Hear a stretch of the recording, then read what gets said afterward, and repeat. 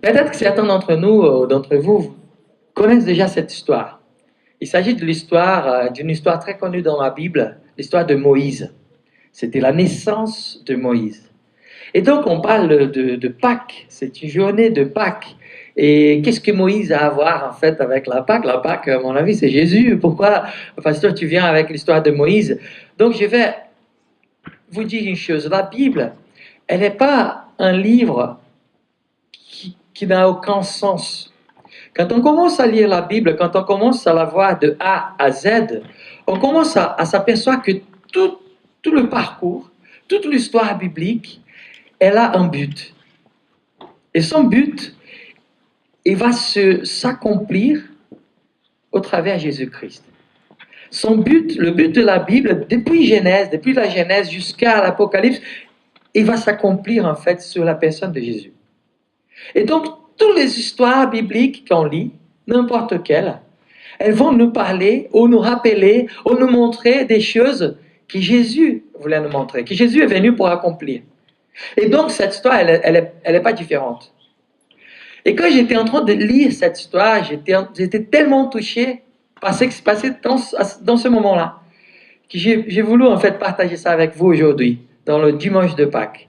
Parce que c'est tellement incroyable ce qui s'est passé avec cette famille. Vous savez, aujourd'hui, nous avons pris l'habitude de lire la Bible, surtout pour ceux qui ont déjà lu la Bible plusieurs fois. Qu'on a déjà lu plusieurs fois, on a l'impression qu'on connaît l'histoire. Et comme ça, on la lit d'une façon comme si c'était le passé. J'ai même écrit ça dans la lettre de nouvelles de cette semaine de Pâques. Mais c'est différent quand on prend la Bible et on essaie de la lire au moment présent. Parce que quand on la lit comme des sages, comme des gens qui connaissent l'histoire, on se met dans une position un peu plus importante. Ouais, j'ai déjà la fin. Quand on commence à lire l'histoire de Moïse, en sachant qu'est-ce qui allait se passer pour après, c'est très facile de voir cette histoire comme une belle histoire. Bah, c'est simple, là. Ouais, c'était nécessaire pour que tout ça puisse arriver. Si on connaît l'histoire de Moïse, c'est clair. Mais si on ne la connaît pas, surtout pour ceux qui étaient en train de la vivre, là, ça devient plus profond. Donc, je ne sais pas si vous avez cette habitude, mais moi, j'ai pris l'habitude d'essayer de lire la Bible au moment présent. Quand je suis en train de lire l'histoire, alors que plusieurs fois je la connais déjà, j'essaie d'essayer d'imaginer, mais et si je ne savais pas la fin de cette histoire, comment ça allait se passer? Ça change tout, en fait. C'est comme si on regarde un film pour la première fois, en fait. On ne sait pas la fin. Donc essayez d'imaginer cette histoire. Comment elle commence? Elle commence avec un ordre, en fait, un ordre de Pharaon. Le premier verset qu'on a lu, c'était un ordre en train de dire, écoutez, s'il y a un enfant, garçon, il doit mourir. On va le jeter dans le fleuve. C'était ça la sentence de Pharaon. C'est assez bizarre comme histoire. Elle commence avec la peur. Elle commence avec une chose qui... D'abord, j'imagine les femmes mariées, les jeunes femmes mariées, elles n'avaient pas du tout envie de tomber enceintes à ces moments-là. Parce que à ces moments-là, il n'y avait pas les examens gynéco, comment on dit voilà, les échographies pour savoir si c'était un garçon ou une fille. Il n'y avait rien de ça, en fait. Si on tombe enceinte à ces moments-là, c'est le doute. Et donc, il y a un ordre de Pharaon et elle dit Pâques. S'il y a un garçon, il sera mort. Donc, le fleuve, qui plusieurs fois, et même aujourd'hui, elle nous donne un côté de vie. Quand on est dans une forêt, on va toujours chercher le fleuve, la rivière, parce qu'on va savoir si on est un peu perdu, on va savoir que ça va nous ramener quelque part. Et probablement, au fur et à mesure, on va trouver quelqu'un, parce que s'il y a de l'eau, il y a quelqu'un. À ce moment-là, c'était différent. Le fleuve était égal la mort. Le fleuve, c'était égal la souffrance. Et donc, personne n'avait envie de s'approcher parce que même, il faut penser que même, il y avait plusieurs enfants qui ont été jetés dans le fleuve. Imaginez-vous, vous êtes là en train de prendre de l'eau et bah, ça arrive un enfant mort. Quelle chose terrible. Donc, j'imagine que plusieurs personnes avaient envie de tout sauf aller s'y baigner, en fait, dans le fleuve. Et donc, cette femme, elle croise le premier problème. Elle tombe enceinte. Parce que j'imagine, comme je vous avais dit, personne n'avait envie de tomber enceinte à ce moment-là. Peut-être plus tard. Mais pas à ce moment-là. Et pas, elle tombe enceinte. Et là, il y a tension dans la famille. Qu'est-ce qui va se passer avec moi? Qu'est-ce que je vais... Est-ce que c'est un garçon? Est-ce que c'est un garçon? Est-ce que c'est une fille? Je ne sais pas, mais j'imagine qu'elle a beaucoup prié, en fait, parce que c'était une femme des Hébreux. Donc, une population qui croyait que Dieu, il existait, qui croyait à la puissance de Dieu. Donc, à mon avis, bon, vu que je suis enceinte, alors que je ne voulais pas que ce soit une fille. Et donc, elle prie. J'imagine que pendant 9 mois, cette famille a dû prier, mais la prière la plus sincère de cette famille. Et qu'est-ce que ça nous arrive? Deuxième problème, c'était un garçon. Imaginez-vous cette histoire, on la connaît. Plusieurs d'entre nous, on connaît la fin. Mais imaginez-vous au moment présent. La Bible, elle est remplie d'histoires des gens normaux. Des gens comme moi, comme chacun de vous. Des héros dans la Bible. On appelle des personnes très importantes dans la Bible. Aujourd'hui, on lit des histoires et dit « Mais je ne pourrais jamais être comme lui ou comme elle. » C'était des gens comme nous, avec leurs soucis, avec leurs problèmes. Et donc, le deuxième problème, Dieu lui donne un garçon. Mais pourquoi ça? Et là, j'imagine, hein, c'est pas écrit dans la Bible, mais c'est très simple d'imaginer l'angoisse de cette famille. Mais non, mais Dieu n'aime pas. Ah non, mais pourquoi il a fait ça avec moi? Pourquoi ça? Pourquoi pas dans 3 ans ou même avant? Pourquoi Dieu me donne un garçon? Parce que si j'ai un garçon, il va être mort. Et si ce n'était pas assez suffisant comme problème, il arrive un troisième problème. Et donc, pendant 3 mois, selon la Bible, cette femme a dû cacher cet enfant. Parce qu'il était beau, selon la Bible. Et elle essaie de le cacher. Mais imaginez-vous, là, pendant la louange, il y en avait des enfants qui pleuraient, là, tout à l'heure. Et c'est pas possible de ne pas entendre.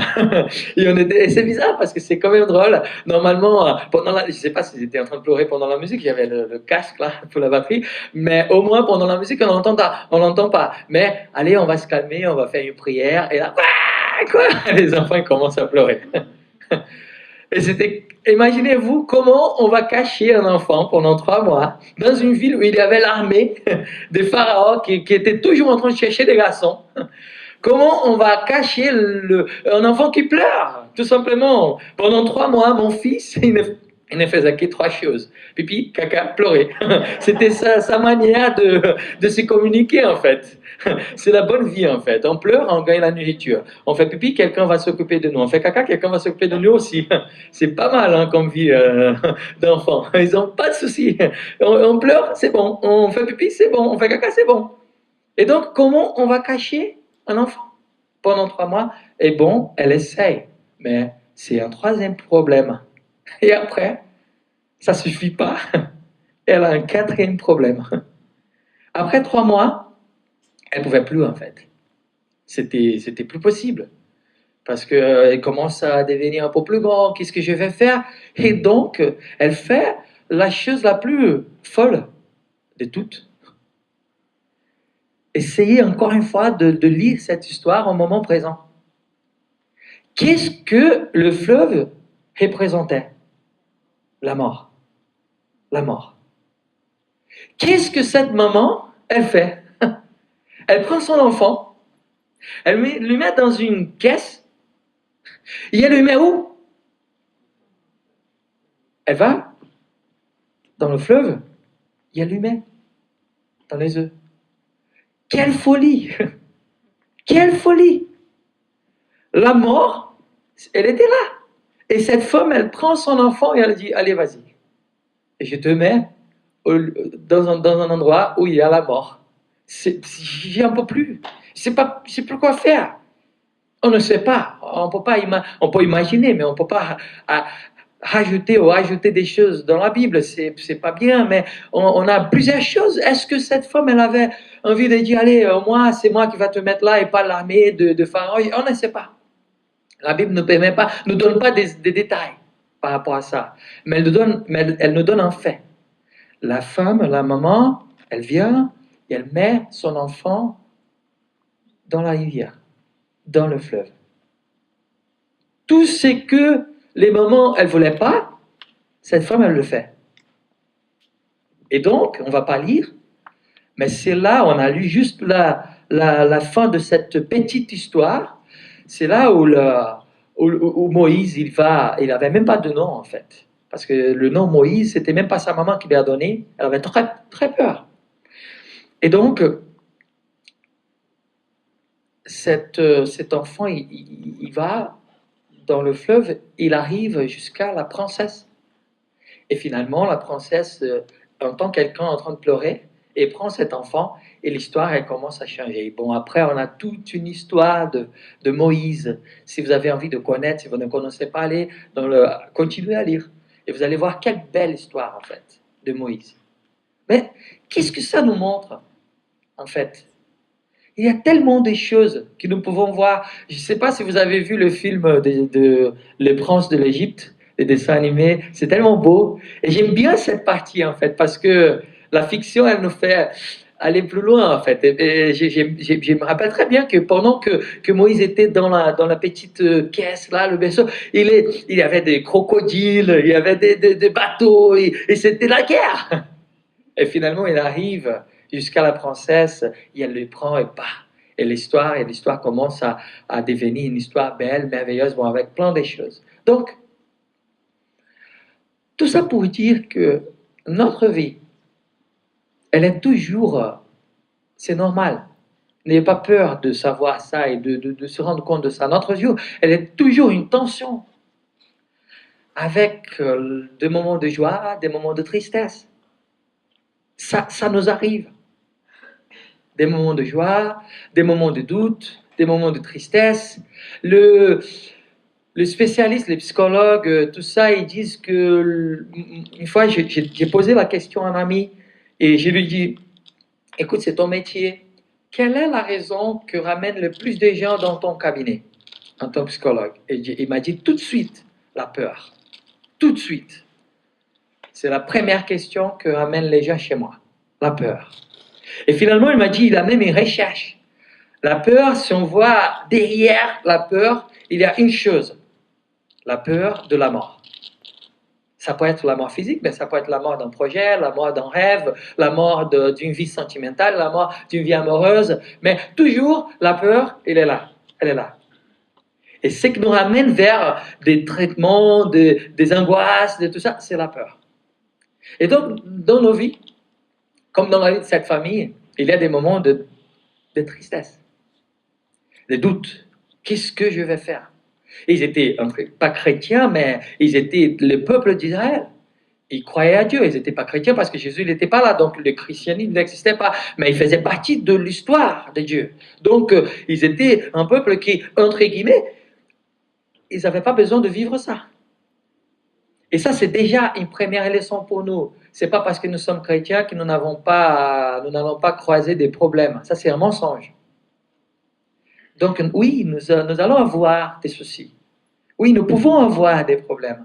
Oui, nous pouvons avoir des doutes, des angoisses.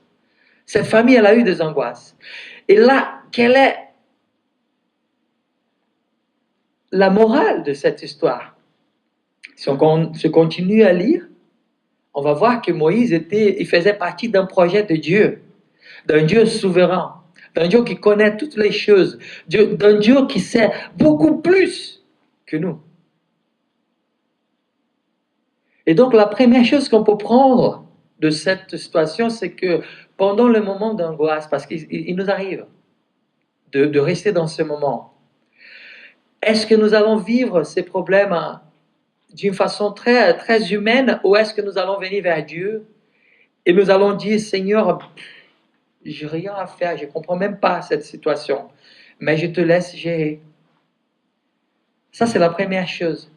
Et là, on arrive dans une histoire très connue aussi parmi les chrétiens. C'est l'histoire de Jésus. Aujourd'hui, nous célébrons la Pâque.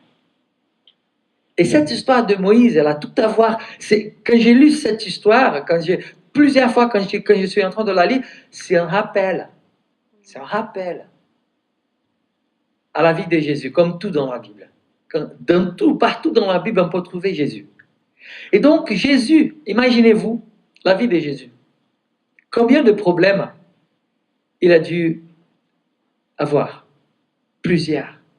Depuis sa naissance, en fait. Moi, quand j'étais plus petit, pas plus petit, je ne suis pas trop grand, mais quand j'étais plus jeune, on va dire, parce que je n'ai pas beaucoup grandi.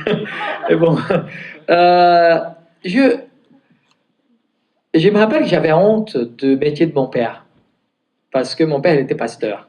Comment Dieu il est drôle, hein? Qu'est-ce qu'il s'est devenu?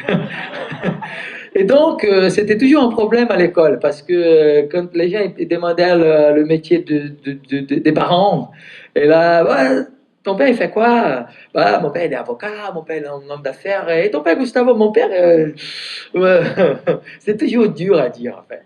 Et j'avais honte, alors que mon père il était quelqu'un de très fidèle en fait. J'aime bien mon père parce qu'il est quelqu'un qui m'a beaucoup appris. J'avais honte.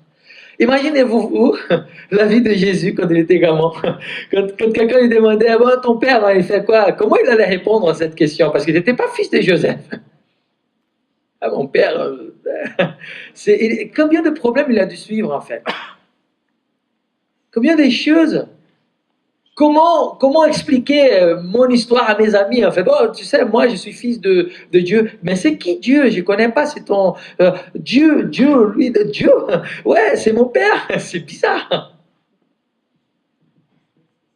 Et donc, on n'a pas beaucoup d'informations dans la Bible. On ne va pas rentrer dans ça pour ne pas rester dans des imaginations, alors que moi j'aime m'imaginer. Il a dû suivre beaucoup de préjugés. Parce que même sa mère, imaginez-vous, une mère qui tombe enceinte dans une histoire assez bizarre, elle n'était pas mariée. C'est bizarre.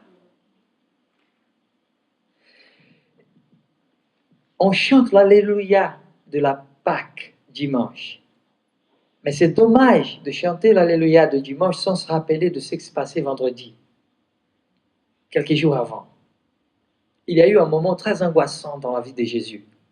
Un moment qui s'appelle la croix, qui est égal à amour, un grand amour.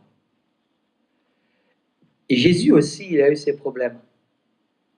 Il était dans un jardin et il priait. Mais il priait d'une façon très honnête. Il faut se rappeler, alors que c'est un grand mystère, on ne peut pas expliquer ça. Il faut l'expérimenter aussi. Et c'est pour ça qu'on dit toujours, si vous n'êtes pas chrétien, essayez de poser cette question à Dieu.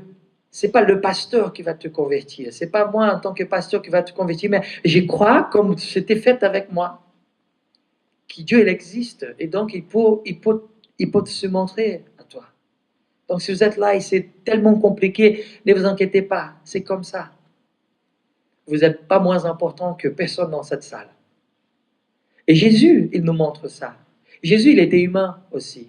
Alors qu'il était Dieu, il était le Fils de Dieu, il était quelqu'un comme nous. 100% homme. Et donc, avant le fait d'aller vers la croix, il était angoissé. Mais tellement angoissé. Il dit même à Dieu, Dieu, si possible, fais sortir cette histoire, cette affaire. Sors-moi de cette affaire. Et finalement, ça n'a pas marché. Et donc, la croix, elle arrive, il va jusqu'au bout, jusqu'à la mort. Et là, on se rappelle de l'histoire de Moïse.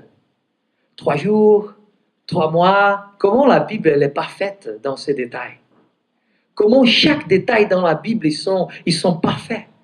La maman de Moïse a dû attendre 3 mois en essayant de cacher son fils. Jésus, il a dû attendre 3 jours avant de ressusciter. C'est tellement beau quand on commence à voir chaque détail de la Bible. Et donc, la mère de Moïse, elle arrive vers la fleuve, elle dit, j'en peux plus. Si c'est la mort, Seigneur, que tu fasses ta volonté. Et elle jette son fils. Et donc, on voit que la mort, c'est qui représentait pour toute la nation. Je suis sûr, bon, presque sûr parce que ce n'est pas écrit, mais qu'elle n'a pas demandé de conseil.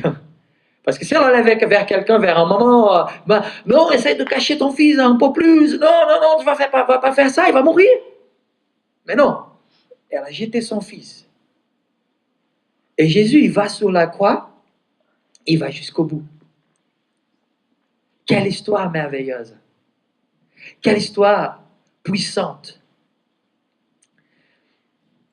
Quand on voit ce rapport entre Moïse, Jésus et plusieurs d'autres histoires dans la Bible, on voit que notre vie, elle est là. On peut commencer à nous voir dans cette histoire. Mes problèmes, mes angoisses, mes situations. Parfois, on a des choses qui n'ont pas de solution. Parfois, on est devant un problème et on a tellement essayé de cacher ou de faire quoi que ce soit et finalement, on ne peut plus. Qu'est-ce que c'est la Pâque pour nous? Sinon le fait de dire, allez, il a vaincu la mort. Il est allé jusqu'à là, il a passé pour ça. Mais il est allé jusqu'au bout et au-delà de ça. Et donc, qu'est-ce que ça veut dire pour nous? Est-ce qu'il y a des enfants, des choses dans nos cœurs, la peur, la souffrance? Et parfois, on a envie de cacher, on ne sait plus quoi faire. Est-ce que ne serait pas le moment de laisser et de se dire, Dieu, j'en peux plus.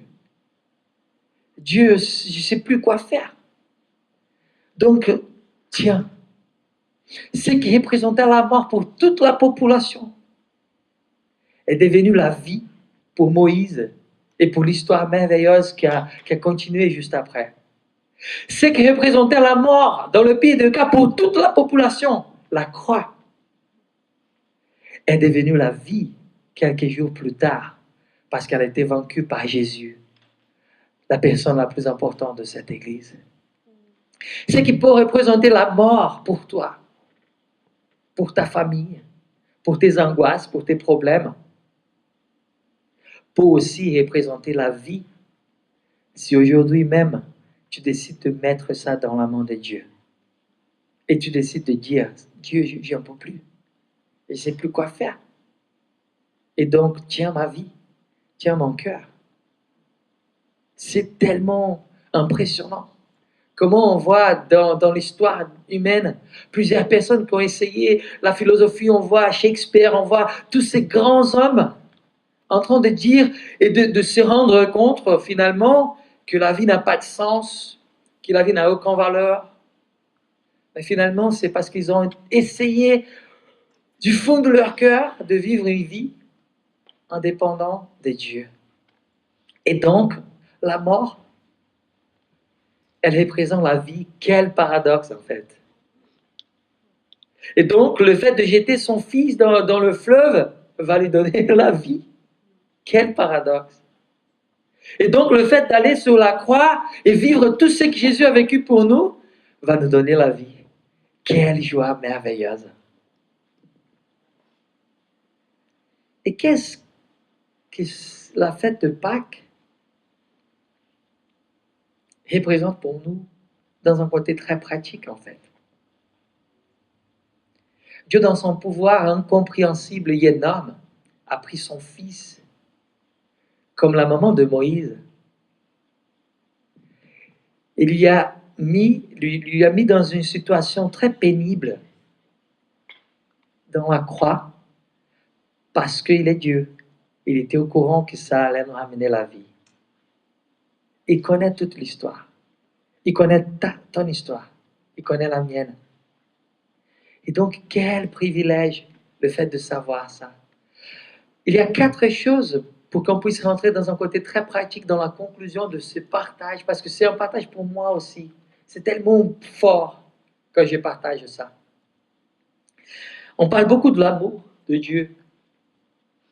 Mais il faut savoir que l'amour sans justice, il y a 2 choses très importantes. Donc, la justice de Dieu et l'amour de Dieu. Si Dieu, il est amour, et tout simplement amour, ça ne serait pas Dieu, parce que sa parole nous dit qu'il est aussi juste. Et donc, si Dieu il était juste, tout simplement juste, il allait nous tuer, parce que nous ne méritons pas tout ça qu'on est en train de vivre. Mais si Dieu était juste amour, il ne serait pas Dieu, parce qu'il serait contre sa propre vie, en fait, son propre caractère. Et donc, il y a un mélange entre l'amour et la justice qui nous fait vivre ça, en fait. Notre plus grand espoir est là. Il est vivant. Célébrons ça aujourd'hui. Notre plus grand espoir n'est pas d'avoir une méga church ou d'avoir beaucoup d'argent, d'avoir des voitures ou de ci ou de ce. Notre plus grand espoir a un nom, il s'appelle Jésus. Il est vivant. Plus qu'une maladie, plus qu'une guérison, plus que le fait d'avoir ou ne pas avoir de l'argent, plus que le fait d'avoir ou ne pas avoir une famille parfaite. Notre plus grand espoir a un nom et son nom est Jésus. Et donc on doit sortir d'ici en sachant, moi je ne connais pas mon histoire. Mais c'est vrai que la maman de Moïse, elle a pas mal souffert. Hein. Et donc, ouais, peut-être que moi, peut-être que je fais partie de cette histoire. C'est une histoire d'espoir. Peut-être qu'on regarde notre histoire dans le moment présent et on ne peut pas arriver à voir le futur parce que c'est normal. Si vous connaissez votre avenir, venez me dire comment vous allez faire. Hein, parce que moi j'aimais bien le découvrir aussi. Mais on n'arrive pas. Et donc, on est angoissé, on ne sait plus quoi faire. Mais est-ce que peut-être que Dieu, il ne pourrait pas être en train d'écrire quelque chose de beaucoup plus grand, comme on voit dans la Bible, dans des exemples bibliques, alors qu'on ne voit pas. Imaginez l'angoisse de cette femme. Deuxièmement, nos problèmes, ils deviennent très petits quand nous voyons ça au clair. Ils sont toujours là. Hein. Les problèmes, ils peuvent être là. Mais ils deviennent un peu plus petits.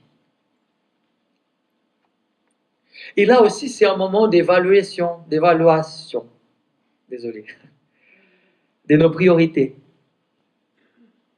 Quand on est devant la croix, quand on est un dimanche de Pâques comme aujourd'hui, il faut toujours évaluer quelles sont nos priorités.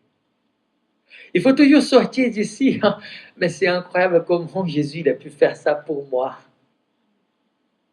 C'est incroyable, le fait de vivre ce moment, et c'est impossible de le vivre sans évaluer notre vie. Et quatrièmement, comment nous pouvons vivre cette semaine en sachant de tout ça? J'ai eu une expérience la semaine dernière. J'ai eu un vrai problème au Brésil. Et ce n'était pas de ma faute. Et je suis en train d'acheter un bien à Rio. Et ça fait un bon moment. Et donc, je devais payer une grosse somme d'argent. Et finalement, il y a eu une erreur, mais il y avait une date limite. Et dans cette date limite, si je n'étais pas là avec le crédit ou la différence de cet argent, j'allais perdre toute la première partie que j'avais mis comme assurance, que j'allais acheter ce bien. Et donc, pour un erreur que ce n'était pas le mien, la deuxième partie n'est pas arrivée à l'heure. Et donc, c'était la veille du dernier jour et j'étais angoissé parce que c'était une grosse somme d'argent. Et j'étais à Paris, je ne pouvais rien faire et j'essayais tout ce que vous pouvez imaginer. Et donc, je dis non, mais ce n'est pas possible. Et j'ai commencé à prier, j'ai commencé à dire Seigneur, pourquoi tu m'as mis dans cette situation? Pourquoi tu m'as mis dans cette situation? Et c'était horrible. Je suis allé au point de perdre quelques nuits de sommeil. Alors que normalement, je suis quelqu'un qui dort très bien. Même trop bien. Daniel, elle souffre beaucoup avec ça parce que parfois, les enfants, ils pleurent. Et il y a Yann qui a eu de la fièvre toute la nuit. Il a vomi, il a tout fait. Moi, j'ai rien vu. Et Daniel, mais comment ça se fait que tu ne te réveilles pas? Et je dis, désolé, réveille-moi. Donc, je dors très bien. Et là, c'était horrible. Et finalement, il n'y avait plus rien à faire, en fait. J'ai dit, c'est perdu. Et j'étais tellement triste, en fait. Et finalement, je me suis rappelé de ce que j'allais prêcher aujourd'hui. Et j'ai dit, voilà, Gustavo, tu vas prêcher dans ton église et pourquoi pas à toi? Et donc, je me suis dit, Seigneur, allez, je te laisse gérer cette affaire parce que je n'en peux plus. Si c'est la mort, c'est ça, vraiment ça que je vais faire. Si c'est la mort, si c'est mort, si c'est fini, s'il n'y a pas de solution, c'est déjà résolu donc. Et donc, allez, je te laisse gérer, j'ai rien fait d'autre. Et j'ai dit, Seigneur, j'en peux plus, je ne sais pas quoi faire, c'est perdu. Game over. Et donc, à la veille, mais vraiment à la veille, la nuit, la veille, j'ai reçu un email d'une personne de la compagnie en me disant simplement, j'étais sûr que tout était perdu, mais sûr. J'étais en train de me calmer, de dire, allez, c'est pas grave, c'est pas ça la priorité de ma vie, c'est pas ça, bon, on va perdre l'argent, mais après, on va essayer de voir des avocats et on commence à imaginer des choses. À la veille, j'ai reçu un email, j'ai dit, ne vous inquiétez pas, tout a été résolu, c'est bon, vous allez pouvoir faire, voilà, machin, j'ai des bails incroyables, comment Dieu fait les choses. Et c'était après j'étais le bébé dans le fleuve. Hein. J'étais le petit Moïse dans le fleuve. Et donc, comment vous allez vivre cette semaine? Ça sert à quoi toute cette souffrance que nous avons dans nos cœurs? Que nous sommes au courant qu'une personne est morte dans la croix pour nous. Ça sert à quoi le fait de perdre, j'ai dit d'expérience propre, hein. Ça sert à quoi de perdre des nuits de sommeil pour des choses que peut-être n'ont aucune valeur dans les priorités de l'Évangile? Et donc je vous invite à célébrer la mort et la résurrection de Jésus, mais d'une façon très, très, très pratique. Joyeuse Pâques. La fête de Pâques ne représente pas seulement une chose religieuse. La fête de Pâques peut représenter un vrai changement pour votre vie. La fête de Pâques peut représenter un vrai changement pour l'avenir, pour le cours, pour tout ce qui va se passer d'aujourd'hui et pour l'avenir. Ça ne dépend pas de moi, mais ça dépend peut-être d'une façon très honnête, d'une façon très honnête, vous soyez ouvert à dire, Dieu, je ne sais même pas si tu existes ou pas. Tiens, mon bébé qui est en train de mourir, allez, je te laisse gérer. Et si vous êtes déjà chrétien, Dieu, je sais que tu existes, mais je ne comprends rien. Cette situation que je vis, ça fait longtemps, j'en peux plus. Et donc, Seigneur, je te laisse gérer. La grande différence de Jésus et Adam, parce que la Bible dit que Jésus, c'est le deuxième Adam, c'est cette histoire de rédemption, c'est qu'Adam, dans un jardin, il a dit que ma volonté soit faite par la tienne. Et Jésus, dans un même jardin, avec un même moment d'angoisse, il a dit que ta volonté soit faite par la mienne. Ça a tout changé. Et donc, que ce matin, on puisse sortir d'ici en sachant que quelqu'un est allé jusqu'à la croix, est passé par la mort. Quelqu'un a jeté un bébé dans le fleuve, il a, entre guillemets, il est mort. Mais Dieu, dans son infini amour et grâce, il a pris cette affaire, il a pris cette situation, il a transformé comme ça. Incroyable. Et je vous laisse réfléchir sur ça et peut-être prier pour ça. Est-ce que ça peut se faire dans vos cœurs? Est-ce que ça peut se faire dans vos vies? Est-ce que ça peut se faire dans la situation dans laquelle vous vous trouvez aujourd'hui? Oui, ça peut se faire. On va prier et on va vivre encore plus cette célébration. Seigneur, au nom de Jésus, nous croyons que tu es là. Quelle histoire merveilleuse, celle de Jésus. Quel rappel merveilleux, celui de Moïse, qui est venu pour nous montrer que quelque chose d'encore plus grand allait se passer. Seigneur, que cette Pâques, ce dimanche de Pâques soit un rappel de ta présence. Un rappel qui nous dit que tu as vaincu la mort, Seigneur.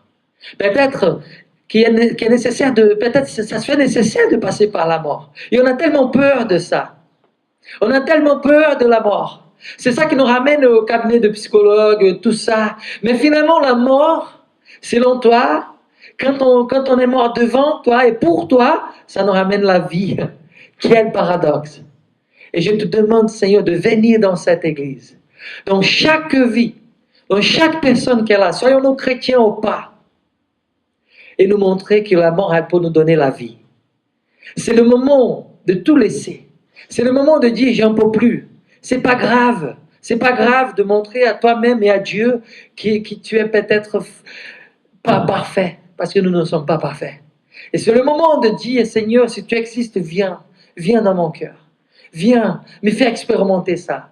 Me fais expérimenter cette différence. Et je te laisse gérer. Je te laisse continuer. Au nom de Jésus. Je te prie, Seigneur, de venir sur chaque personne qu'elle a ce matin. Au nom de Jésus. Amen.